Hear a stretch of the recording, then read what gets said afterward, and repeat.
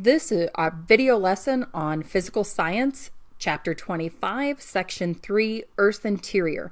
The main idea is Earth's layers include the inner core, the outer core, the mantle, and the crust. But it actually is a lot more involved than that, and there are subcategories. I'd like to take a minute to point out, if you are not paying attention to the essential questions, you should be. These are how the questions are formed for the test and for pop quizzes, so make sure you're paying attention. They also make great essay questions. So, Earth from the inside out, speed and direction. A boundary that marks a density change between layers is called discontinuity. Discontinuities can be identified by studying seismic waves. One such discontinuity separates the crust from the uppermost mantle and is known as the Mohorovičić. Mohorovičić. Mohorovičić. Mohorovičić discontinuity, or MOHO. So let's talk about shadow zones, okay? And this is going to come up later in the year at the very end of fourth quarter when we're talking about space, okay? So P waves and S waves travel through Earth for 105 degrees of arc in all directions. Between 105 and 140 degrees from the epicenter, nothing is recorded. This dead zone is termed the shadow zone. Observations show that from a given epicenter, P waves and S waves travel through Earth for 105 degrees of an arc in all directions. Between 105 and 140 degrees from the epicenter, nothing is recorded. This dead zone is called the shadow zone. From 140 degrees to 180 degrees, only P waves are recorded. Imagine with me for a moment that this globe represents the Earth. When an earthquake occurs, let's imagine for a moment that an earthquake occurs right here at the top. When an earthquake occurs, it creates disturbances which move through the interior of the Earth, seismic waves, and then appear at the surface to be detected by seismographs, an earthquake detector. So if you imagine that the earthquake, the shaking occurs here, these seismic waves will move through the Earth, and they'll be detected all over the Earth by seismograph stations. But there's a funny pattern in those places where the earthquakes are detected called a shadow zone. If you create the earthquake here, there's a band, kind of a band around the Earth, symmetrically located in the other hemisphere, the lower hemisphere, that goes around the Earth like this, in which you do not find the earthquake waves, the seismic waves, arriving to be detected, even though they're being detected in many other places around the Earth. And so we're trying to understand what is the significance of this shadow zone, as it's called, this band where earthquakes created up here, creating seismic waves up here, create waves that somehow don't make it down into this shadow zone.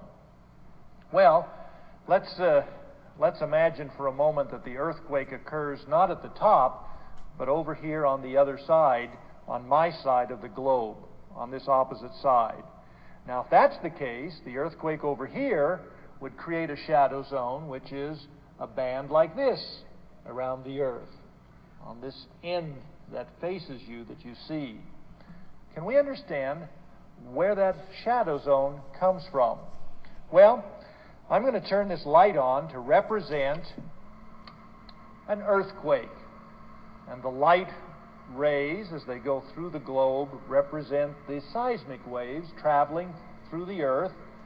And then where you see the illuminated area on the other side, that represents the places where those waves are arriving. It could be detected by a seismograph. If we put down into the Earth, into the interior of the Earth, this flask filled with water, down into the interior of the Earth, we'll see appear on the opposite side there facing you a shadow zone. A shadow zone. The shadow zone, then, is created by a sharp boundary that exists in the interior of the earth. That shadow zone is created by a sharp boundary, some kind of very rapid transition between layers in the interior of the earth, where you go from one kind of material in a very short distance to a different kind of material on the inside of it. And that creates a shadow zone. So this shadow zone is evidence for a sharp boundary that separates one kind of material on the interior of the earth from another kind. So the fact that P waves, primary waves that can pass both through solids and liquids, remember, pass through the core but are refracted along the way, indicates that the inner core is solid and denser than the outer core. Despite high temperatures in the inner core, high pressures keep Earth materials in the solid state. Temperatures are high enough in the outer core to overcome the effects of pressure, so therefore the outer core is liquid. So there's different compositions of Earth's layers, and you need to know them. This is the subcategories I was talking about.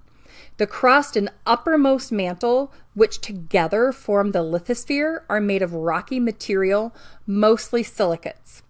The asthenosphere is a weaker plastic-like layer upon which Earth's lithosphere plates move. I kind of think of chewed up gum spread across a surface and then have another piece on top of that. So you have two solids and one's more pliable. You can move it and make different shapes, play with it. Mantle below the asthenosphere also is composed of silicates and denser elements like calcium, aluminum, iron, and magnesium. The cores are made mostly of metallic material such as iron and nickel. So although this isn't specifically talking all about the two types of rock crust that we were just talking about, I want to make sure that you do understand the big picture of what convection currents look like, because it is what fuels and makes everything work. It happens because hot rock rises, heated by the Earth's core. Near the surface, the rock spreads in two directions and goes sideways. It begins to lose heat. Eventually, the much cooler rock sinks back down. Through this spreading process, the Earth's crust is very slowly dragged apart, and it's this that ultimately causes the continents to move. Where the plates collide, the rock on the seafloor containing carbon from the dead plankton is carried deep into the Earth. As it descends, this layer of rock is heated, so the rock melts, releasing carbon dioxide. And gas is returned back into the atmosphere during an eruption.